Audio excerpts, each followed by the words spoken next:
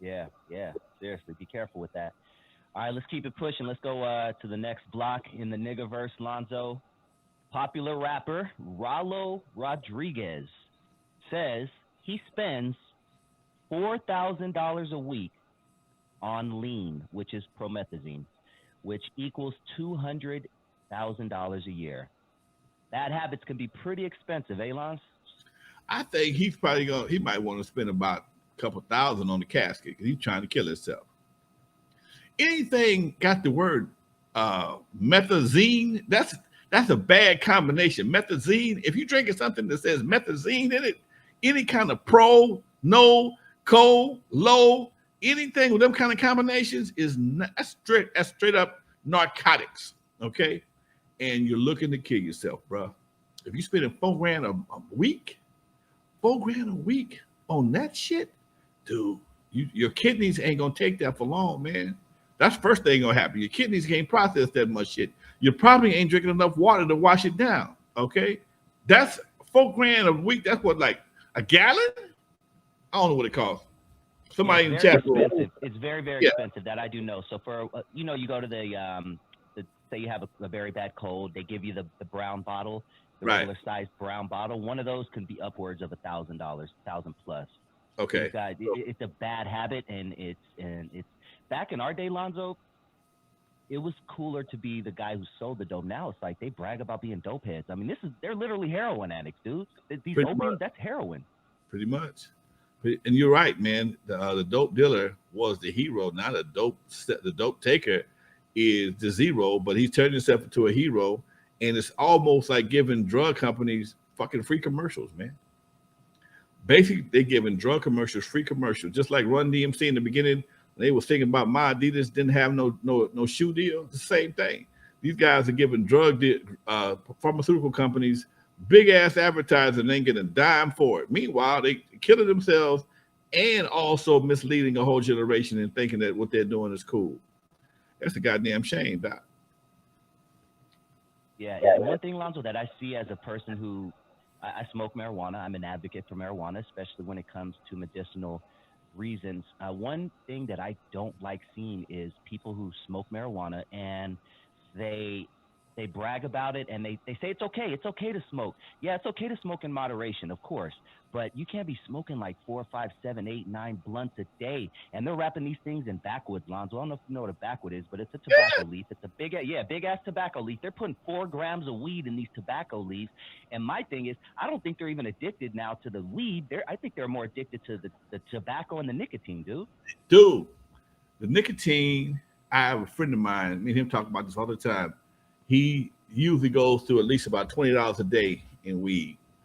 And he smokes it in backwoods. And backwoods just as much got just as much nicotine as any other cigarette, and with no filter. And he smokes cigarettes. I'm like, dude, your lungs got to look like goddamn tar paper. I mean, it don't make no sense for you that much tar and nicotine to go in, and you're a young dude. So, yes, and that was one of the things that I think when they stopped, people stopped smoking zigzags and went to the Billies and blunts and yeah, swishers. the nicotine became the new addiction. Okay, it's a high now. For the first time, you're getting high, and you get whatever feeling you get from nicotine. You're getting both of them simultaneously, and I guess it makes you feel extra good. I don't know. I never was a blunt smoker. I like my vape pen, and I like a bong. If I'm gonna smoke, I like a vape pen and a bong. Okay, because ain't nothing between me and my smoke but the glass. That's just me. Okay, Yep. and I don't like all that funky ass shit on my clothes either. So it's another thing. So Oh, anyway, I man. love the vape, man. The vape was the best, one of the best inventions. Because back in the day, that was the thing that you hated about weed was the smell, right? You're like, damn, I'm gonna go back to class smelling like weed. I'm gonna go to whatever smelling like weed. Now you can take a hit in the bathroom, and no one is none the wiser. Yeah, yeah. Yeah, that's the beauty of it. You can if your grandkids coming by, you can get you a hit, get ready for their asses, and nobody know nothing about it. You could be in the room right next to somebody, they don't know what the hell going on. I love it. Best Especially invention ever made. But you know something especially though? what? it's like anything else, man. Most people, a lot of black people, don't feel that they're doing anything unless everybody know they do it. The word discretion is not a very popular word amongst uh, a lot of us in our community. Discretion has never been one of those words. If you ain't smoking and you on the internet or you sticking up the house, your car look like it's on fire going down the freeway, and then you accuse the police of racial profiling. No, man, I'm smoke Thank you. profiling. That's the dumbest shit in the world. Okay. Then if the car ain't full of smoke, they pull you over and they can smell the smoke in the car, and now they want to give you a sobriety test or give you a 502, and you say they picking on you. No, man, you picked on yourself. That's the stupidest shit in the world. I'm like, man, they snitched on me. No, fool, you was on the internet with the money. You robbed Yeah, somebody, talk shit about it, and was on the internet with the money. That's what snitched on your ass. You snitched on you. Anyway, man, go ahead. facts. I want to keep it on this topic really quick before we move on, but I was just thinking of something. We were talking about blunts and stuff. Yeah. Whoever owns Swisher, whoever owns Backwoods, whoever owns Philly, whoever owns not White Owl, all the blunt companies that we spend our money on, they probably wouldn't even be around if it wasn't for black folks. I mean, the power of the black dollar. Unfortunately, we're spending it on dumb shit like that. But these Backwood things, Lonzo, for one pack, it's like $10, dude. It's crazy. And I doubt the black Backwoods owner is black. I doubt it. Don't they have a Blackwoods like pre-dump or something like that? Yeah, that you don't even have to worry about. They're making them for us, dude. Kill yourself. Go ahead. Wow. You know, Yeah, you man. would think somebody would have cut a deal someplace beforehand. And look, I just want to buy the papers. I don't even want to own no tobacco. What you gonna do? Don't worry about that. Don't worry about that. And I need a contract saying you a non-competing contract. But nope, just give it to me and let me smoke it, and I'll be good. Yeah, man. Yeah, man. Do Go you ahead. do you think this weed nowadays, because it's so strong, Lonzo, compared to what you and I grew up smoking? When I was 92, I think the chronic just blew everything. It was like, oh my God. But now the chronic is bullshit compared to this 2023 weed. But, in relation to the crimes that we talk about, do you think this weed is making these kids more emotional and possibly overreacting quicker for them to pull out guns? And a lot of it's based on emotion. I don't know. What do you think? I stopped smoking weed for years, for years. I'm still not a big weed smoker right to this day. If I want to relax, I'll go in my studio, my backyard, do what I want to do. When the weed went from big ass baggies, $10 bag, four finger dime, two finger nickels, to little old jewelry bags for $20, I was out. I am not doing that, dude, because I come from a different generation, dude. You can't tell me that. And this ain't no Colombian, or this ain't no Thai stick. The most expensive thing we could buy was either Acapulco Gold or Thai stick. Okay. And y'all ain't never seen Thai stick. We talking about all natural shit, beautiful shit. Shit was so beautiful you didn't want to set it on fire. Okay. Yep. A one Thai stick would last you a week, and you could smoke on this thing. You smoke paper pinhead joints, little thin ones, and you'd be lit. But the high was different in anything else. It made you laugh.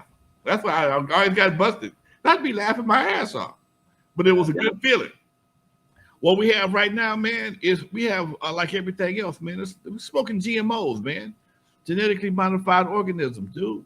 This shit has been rehashed. I mean, first of all, you can't. It don't produce seeds. The seeds are pretty much useless.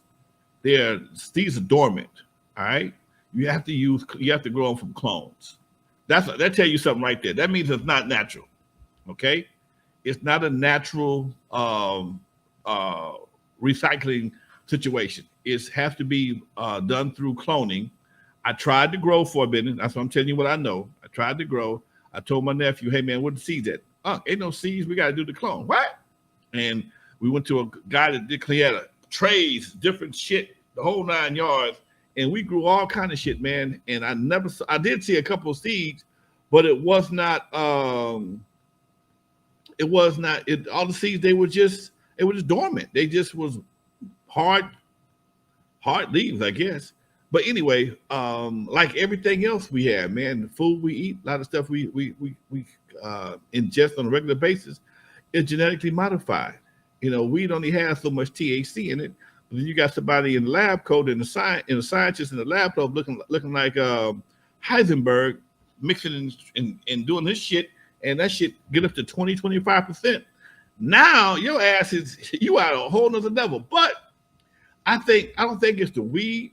I think it's more of the various psychotropic drugs that kids are being hit with to be maintain control. A good friend of mine is he works for the mental health organization, and he said, "Man, so many kids are on drugs from the time they are 5, 6 years old, and at some point in time, that shit has an effect on your brain. It affects on your emotion." And they were trying to do a study on how many so-called mass shooters were kids that were being that were being treated with drugs, but they wouldn't, for some reason they wouldn't let them do it. Okay.